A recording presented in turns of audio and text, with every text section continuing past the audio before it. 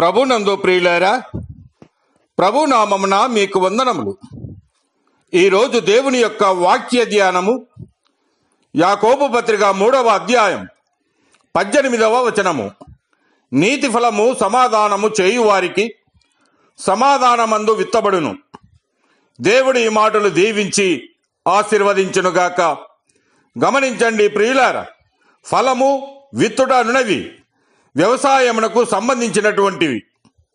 యోహాను సువార్త 15వ అధ్యాయము 1వ వచనములో తండ్రి వ్యవసాయకుడని ప్రభువే చెప్పెను. విత్తనము నాటవలనన్నా పొలము సదును చేయబడవలేను.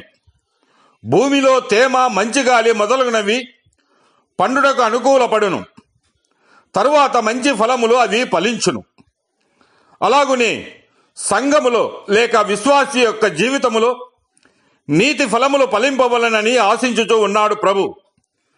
భూమి అనగా హృదయమే, విత్తనము అనగా దేవుని వాక్యము, మంచి వాతావరణం అనగా సమాధానము కలిగి ఉన్నటువంటి స్థితి. మొదటగా మన హృదయములు ప్రభువుతోనూ ఇతరులతోనూ సమాధానముగా కలిగి ఉండాలి.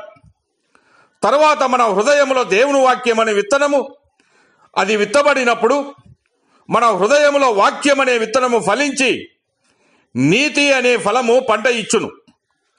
హృదయములు సరిగా లేనప్పుడు ఫలములు అవి ఫలించవు. సమాధానకరమైన వాతావరణములో నీతి అనే ఫలము ఫలింపగలదు. అలాంటి సమాధానకరమైనటువంటి వాతావరణము లేనప్పుడు నీతి అనే పంట మనము కోయలేం. కావున హెచ్చరించిన మేరకు అందరము అందరితో సమాధానము కలిగి ఉందాము. కాబట్టి సమాధానమును, పరస్పర క్షేమాభివృద్ధిని కలగజేయి వాటిని ఆసక్తితో అనుసరింతుము.